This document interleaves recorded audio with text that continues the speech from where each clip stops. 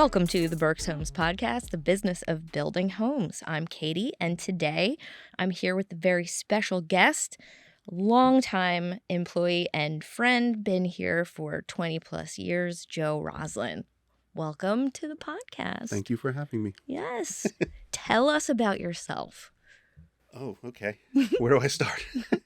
I'm the creative director here at Berks Homes, so very involved in the brand, which is what we'll be discussing today. It's a big deal for both of us. Oh, yeah. This is brand. our life's work here. It is. Yes. It's honestly, where we're at is one of the proudest professional things I've done. So it's pretty cool. I'm ready to talk about it when anybody wants to talk about it. What does, not just our brand, but what does having a brand mean to you? That's It's a loaded question. heavy question. Yes. Right out of the gate. Well, having a brand is identity. I guess that's why logos can be referred to as identities. It's consistency. See, I really like that you jumped into the real piece of it, because a lot of the time people think brand is your logo. Yeah. But brand is any type of representation of who you are. Yeah, it's not just visual. It's how you sound. Yes. And we've Smell. It could be a smell. Yeah. Exactly. Yeah. Audio association. We've talked a lot about that. That's where it's going. Yes, that's exactly. Yeah. And you can kind of document that in 2 pages. Like, we both brought a little visual here. Yeah. I brought the quick reference guide. You brought the big guy. 40 page. Yeah, I mean, when we got into it. Right. I mean, who knew you could write 40 pages worth of information about a brand? Right? And it was hard to stop. That was definitely edited. Oh, yeah. Yeah. I think it is actually only down to 30 some pages now. So we cut a little bit. Right. So you do and have done a lot more than just brand. So let's kind of start at the beginning. And how did you even arrive here at Berks? Well, I worked at an ad agency that Berks Homes used. And when that came to an end, abruptly, I was lucky enough to know some people here in I guess it was the brokerage we had going at the time. Right. And they were in marketing. They were from the company I was at and brought me over, and it just all clicked, got lucky, and here we are. So that just started doing mostly what people I think would think of marketing, like advertising. Right. You did all of the newspaper ads for newspaper a very long ads, time. That's basically what that means, yeah. Right. Giant half page, every home you have, down to directions to drive there, because no one had phones that took you anywhere. Yeah. Yes. And that was basically the get ready for Sunday ads every single week. Oh my gosh, yes. The Sunday Eagle. Got to get it out in the Eagle. Right. Yeah. What other, where else did we advertise? Just the newspaper? Did we only advertise in the newspaper? It was pretty heavily newspapers. I remember, for sure we were in Lancaster newspapers too. I forget which one. What's that called now? Still a newspaper. Oh, they're all still around? No, I'm saying that was only. Yeah. I was only just newspaper. Go through all your newspapers. Just pick a region. We were in Lebanon, Lancaster. We were in a newspaper. Then we were in the Philly Inquirer, and it was like this. For $7 billion. Yeah. Twice as much as what everything else was, and it was this big. And black and white. Yeah. Yeah. So you did flyers too? Yeah, we did flyers and brochures. We loved our. Oh, yes. We had to have our brochures in our folders at the sales centers, so those were I'm not involved, but they were folding brochures with the beautiful renderings and then, floor plans. So we had to make sure that we could sell the homes. That's a big part of it. Right. So you have lived through all of the big jumps and changes in the marketing world then professionally, because if we're just talking about what it looked like the first few years you were here, we're talking literally printing things on pieces of paper. Yeah. And that's about it. And very slow moving. You set up your ad and then it's there that week, and you have a whole week until you could change it again. Which home do we sell? Which one's going in? That kind of thing. Right. So then we got the internet. Big deal. And a lot has changed. Does that make a sound old? We got the internet at work. It was a big deal when we got the internet. Yeah, it was. And our first website. Yeah. And all of the digital age that happened since then. Yeah, it's been a wild ride with that stuff. Right. But yeah, it's been fun. Mm-hmm. We've learned how to do a certain amount of stuff in that world, and then it kind of evolved to where we're at now. So which jump was the most difficult for you in terms of technology change since when did you start here? 2005, right? 4. Okay.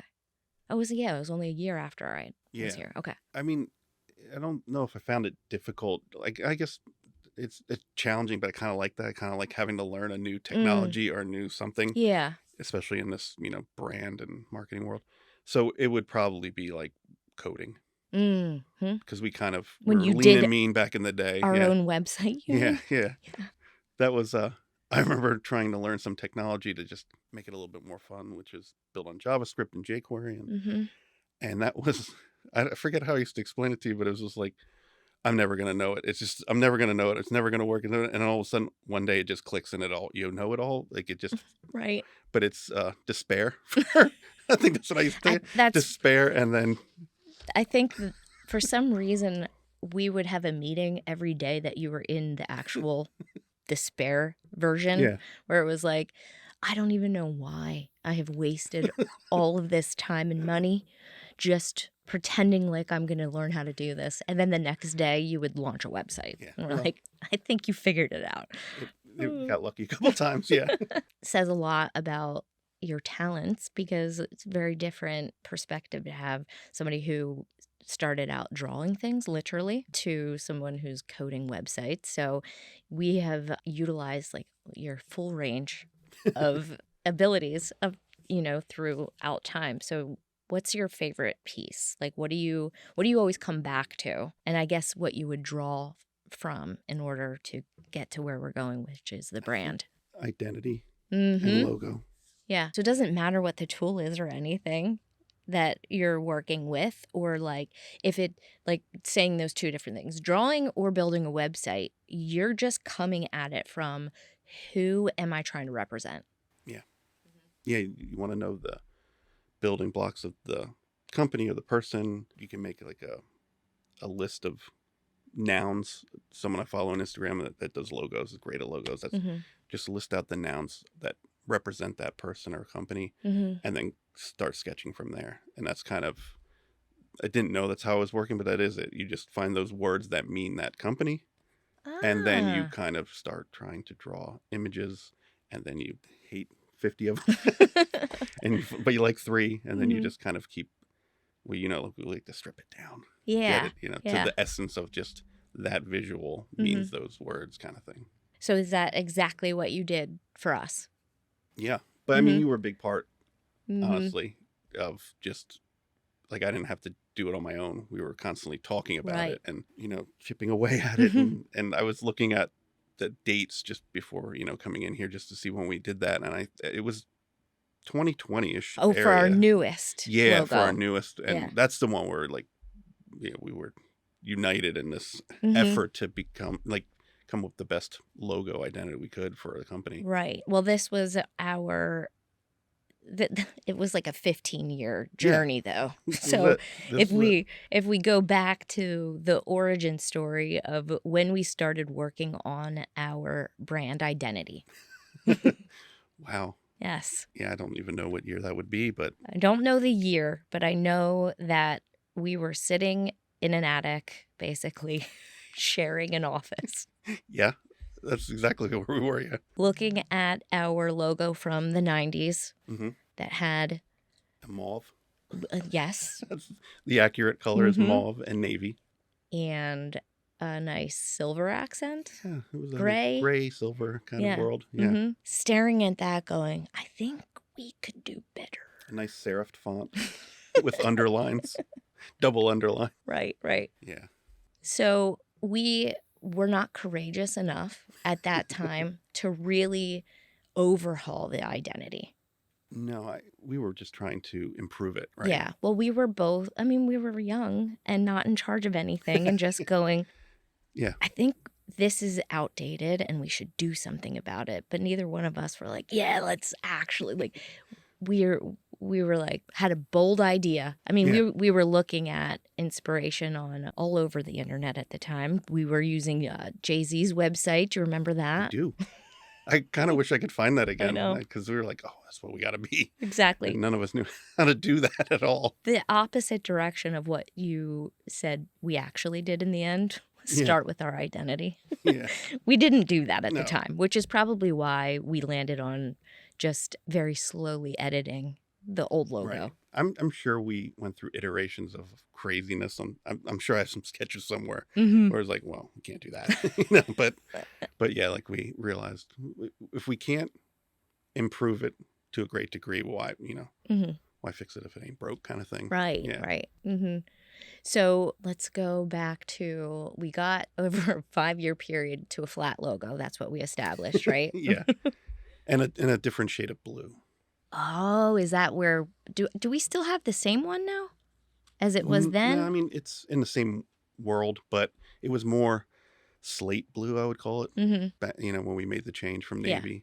So why were we even bothering to do this? Like, what changed and why did we do it? And why did we keep the Berks blue?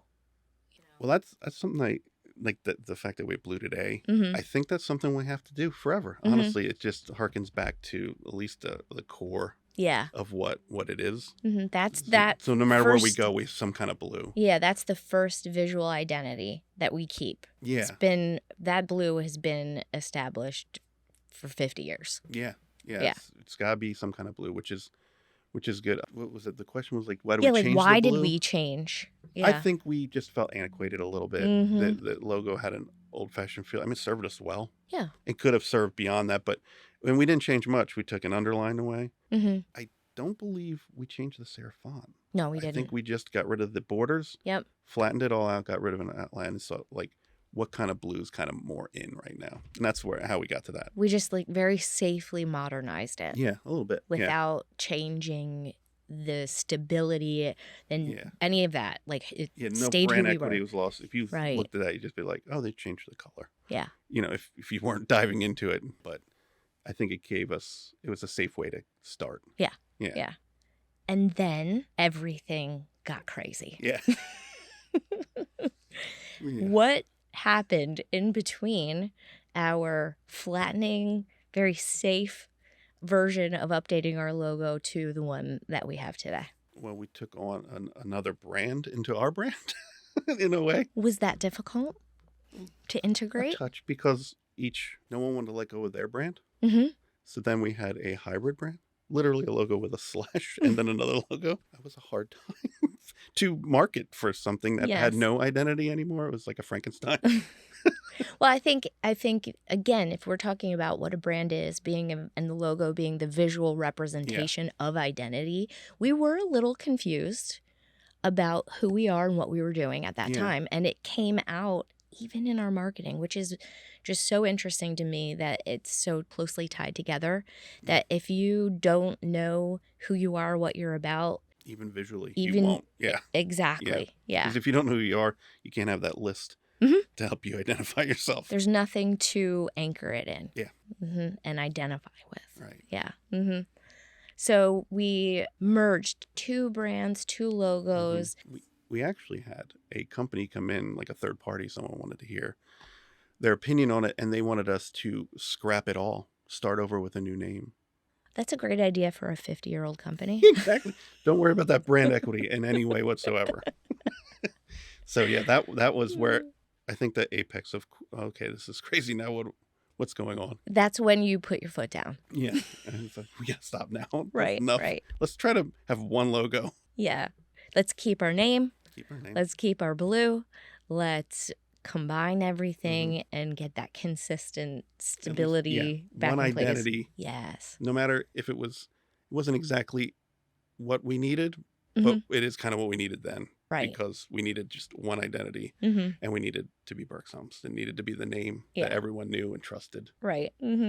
So it's not just visual. It's also, like you're saying, is words. Yeah. A name actually means something. Yeah, for sure. Especially if it's, it starts in 1973. You might Right. want to keep it if it's been Right. working. Yeah. Exactly. What else besides the logo when we're talking visually? We talked about the Berks blue. We talked about that visual representation, but what else besides a logo do you think pulls all of those pieces, those touch points into place? For our company in particular, or I guess Yeah. any company, but for us, a big part is signage, Mm-hmm. extending out into the world where people are going to see it. So they see your logo on all your print materials and more digital stuff now. Yeah. But for us, a big part is signage to make sure when people are coming into our communities, they have the same exact look and feel Mm-hmm. and consistency as they do when they're seeing our social media, Mm-hmm. checking us out on the web, they're driving in there. I mean, that's a huge part, I think, for us to extend our brand. Right. And do you believe that which pieces in a community reinforce that in your mind? Like, where would you like to see our visual identity when you're out in the field? I know, right? I think we're getting good at simplifying though, and Mm-hmm. just not putting signs everywhere in every Right. yard and things like that. It starts with the site sign. Mm-hmm. Honestly, I mean, it identifies who we are, so you should be able to look at it and say that's Berks Homes. Yeah. And then you find out like which community you're at and that next level of information. But now it's more of, is it consistent? It's not when we started, it was informational. You had a book on those things, like you give them everything, because there was no internet or anything, that they had in their hand yet, because they haven't visited to get the brochure. Right. So you told a lot more info. Now it's more, is it visually consistent? Mm-hmm. So you bring them in with a site sign or any kind of entrance banners we've worked on now, Mm-hmm. and just as they're coming down the road, you hope you're just bringing them right in. Right. And then it's simple signage on available homes and things like that, and then you get to the model home, and that everything should echo what you saw as you entered, And all be the way clear, to the door. Yeah, right? clear, simple message. Yeah. QR code now, to get you if they want more info, kind of thing. But that's where we're at. We're just, and a long time ago, feels like we've decided on that white. Like, we didn't even know, even though we developed the black and white look now, that we were on our way there. Like, Right. we started that a while ago, and I think that sets us apart a little bit. There's a lot of builders, when I look, it's a lot of dark signs, a lot of heavy, and I think we've always kind of set ourselves apart by being simple. Yeah. In our brand and identity. Mm-hmm. I think that's been the most consistent piece is our simplicity, which I really like, served because us pretty well. Yeah. And that matches who we are.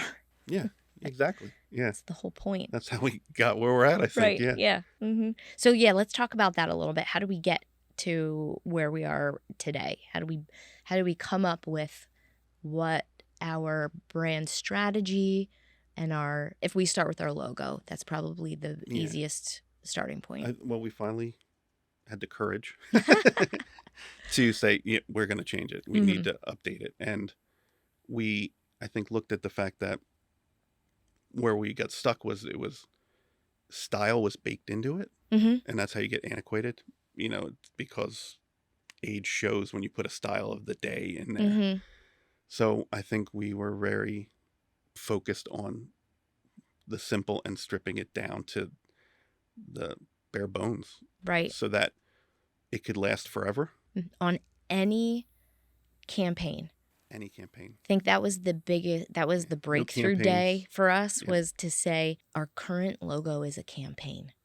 Yeah. We cannot do this anymore. We have to be able to put our logo on any campaign, whether it is something with humor, something with ton of color, something that's just black and white, literally anything. It should not be a distraction from the campaign, because the campaign's the thing that catches your attention.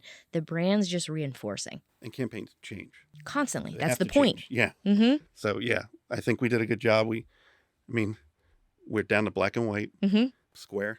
Yep. You can't get more simple than that, and it tells you who we are and when we started. It's what we wanted. It's everything we needed. I feel like we were in a room just like that. Come on. Right. This is great. Yeah.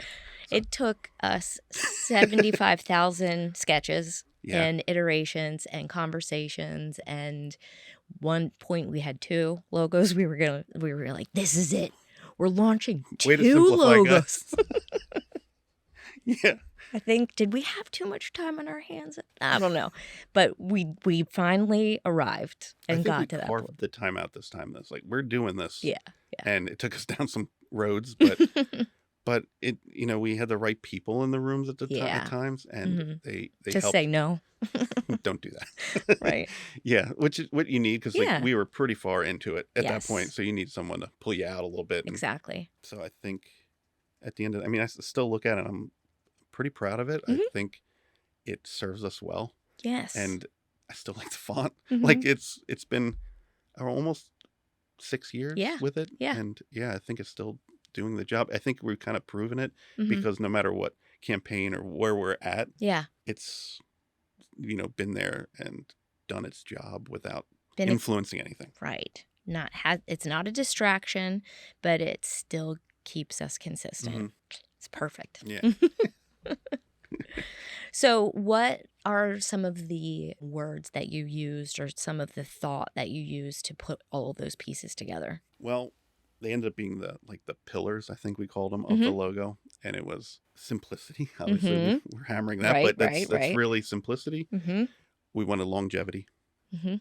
and then by designing what we did, I think we came up with strength, Yeah. because I mean, there's nothing more. It's like we build homes Yeah. with neat foundations, Mhm. and this is a square. I mean, Right. it's about the Building strongest thing block. you got, a building block. Yeah. Mhm. So there's strength in it, and then timelessness, which seems like longevity in a way, Mhm. but you can't really have longevity without the timelessness. Right. So yeah, those are the four things that ultimately, as I was going along and we were going along, that I think they just emerged Right. and ended up being the right choice. Mhm. So that's just the logo. Then we had the opportunity to actually develop the full brand strategy and add the fun into it. Yeah. And add a little more storytelling and character to the whole brand itself. So I think we could really talk about the bunny here. So we've got some Yeah. new stuff that we added since we created the refresh. Right. So tell me about that. Like brand marks. Yeah, Yeah. brand marks are fun because you get to go a little further with it's not putting a campaign back into it, but you get to tell some stories Mhm. with it, Mhm. rather than like where you don't want to, so it will last forever kind of thing. And developing the bunny, in which you probably can tell the story behind the bunny better, but bunnies have been around in our model homes for a while, Mhm. and the story of bunnies in our company has been around, and it just seemed like a natural way to personify Right. us with a flat mark and something we can use to like connect with people Mhm. in a Like way. the fact that we kind of have a little bit of a visual reminder of our origin story, Yeah. that the bunny is representative to us, that you have to start somewhere. Like that Yeah, was exactly. my dad's first entrepreneur, foray into entrepreneurship. So he raised bunnies. Yeah. So as a nod to that, we started putting a bunny in every model home. And so now we have that as a little tag in there as a reminder, like anybody can come from anything and do anything. Yeah, exactly. And it's amazing how far you can take the bunny theme. I have Mhm. more planned, for our internal, Yeah. Mhm. life here at Berks Homes. And I find it to be, we're starting to implement it now. So Mhm. I'm finding it to be a nice extra piece to use when we're designing, and we want to Right. go the next level with a little color or a little bit more emotion, things like Mhm. that. So it's a nice, that's what brand marks are good for. They can give you a little bit more freedom Right. in the brand to go somewhere. Yeah. So anything else with the brand strategy that felt like a relief to actually accomplish, after we I got didn't even realize, like, yeah, like I Mhm. was at first, I think you said brand was like, oh, you got a logo, guys, Mhm. and then we realized you gave me like the challenge of how about the strategy, Mhm. which is everything from the voice. Right. We have our brand uniques, Mhm. which really echo what we are visually. The pillars. Yeah, I mean, because simple is Mhm. in our unique, Mhm. and honest, which is when you're stripped back that much, it's just, how can you be more honest than like who Right. you are and how long you've been around and things like Mhm. that. So that was fun to dive into, like figuring out really what those were. The voice, like I said, finding out when you write, how do you talk like your logo looks? Yeah. How do how does it all, because you don't want to sound this way and look that way. So Mhm. like diving in figuring out all those kind of little idiosyncrasies of like just how to sound the right way, to position yourself against your competition, Mm-hmm. just finding the thing that makes you different, and then putting that into your strategy Mm-hmm. and putting it out to the company so that we can use it and succeed. So you have actually finally gotten to the point where when someone pulls into the community, the signs that are in there, the signage refresh that we did, Yeah. is representative of the actual homes that they're going to see, Mm-hmm. representative of the conversation they're going to have with the sales consultant and the superintendent, Mm-hmm. and it's representative of the updates they're going to get throughout the process, like the whole entire thing from the first time they land on our website to the going to the community to coming to a selection gallery. Yeah. Everything matches. Yeah. It's so nice. Yeah, that's the best part. Yeah. But even to the point of conversations and the consistency with which we all talk about this stuff. Yeah. Yeah, that's what was nice about putting out the playbook, as we call it, Mm-hmm.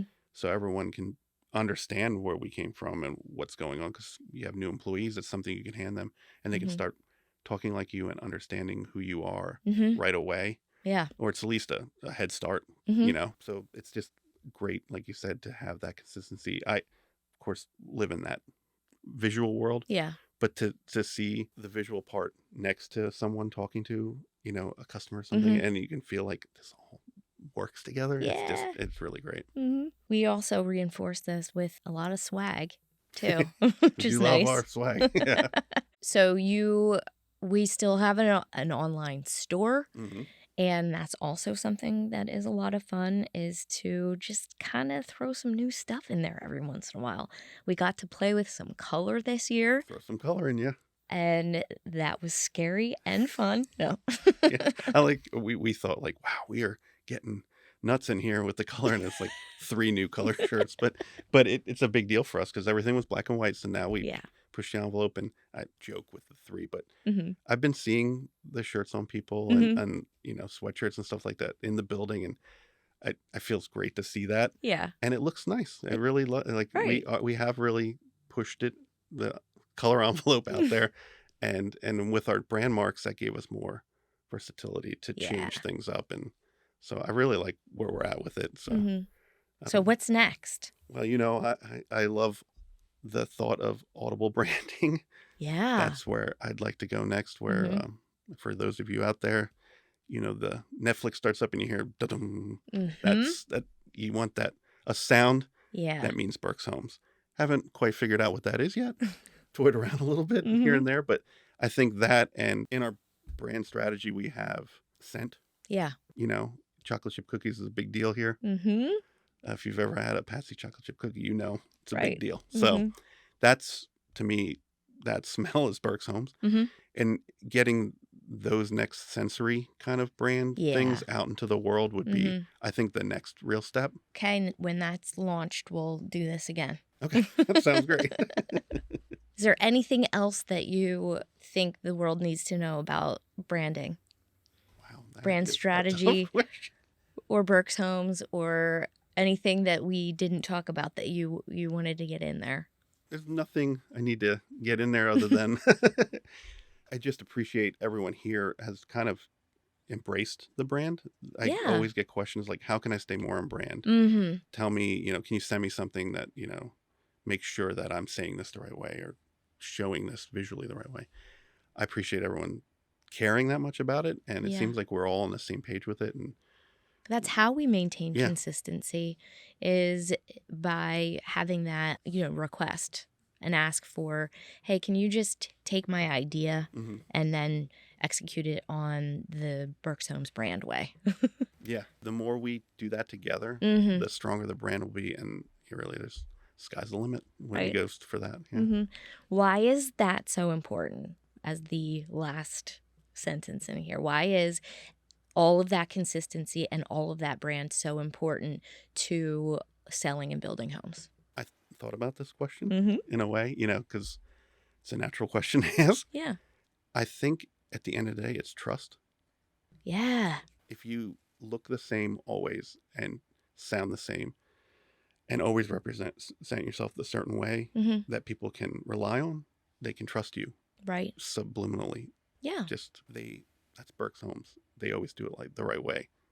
I can trust that. If we can execute on a brand, and a lot of people can't, we should be able to execute on building a house. But genuinely, it's true. That means, something. Mm-hmm. Because if you're a hot mess in your brand, Mm-hmm. that's the first thing they see. Yeah. So they're gonna think that goes throughout everything you do. So Exactly. It's important to set that up properly so that they can trust you from the start Right. and all the way through. Yeah. That's a great answer. Yeah, thanks. Mm-hmm. Well, thanks for your time today. Oh, this was fun. I Yeah. appreciate it. Mm-hmm. See you later. Bye.